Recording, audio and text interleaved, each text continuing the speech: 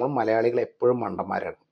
ഇപ്പോഴും മണ്ടന്മാരാണ്, ഇനി എപ്പോഴും മണ്ടന്മാരാണ്. കാരണം ഓരോ ദിവസം നമ്മൾ ഓരോ തട്ടിപ്പിൻ്റെ പല പല രീതികളും പല പല ഭാവങ്ങളും ആളുകൾ മറ്റുള്ളവരെ യൂസ് ചെയ്യുന്നത് എല്ലാ കാര്യങ്ങളും അറിഞ്ഞുകൊണ്ടിരിക്കുന്ന ഈ ഒരു കാലത്തും ഇത്രയും പേരെ ഒരുമിച്ച് കോമാളികളാക്കിയിട്ട് നടത്തിയിട്ടുള്ള ഈ ഒരു പ്രോഗ്രാം വിജയിച്ചു എന്നുള്ളതാണ് സത്യം.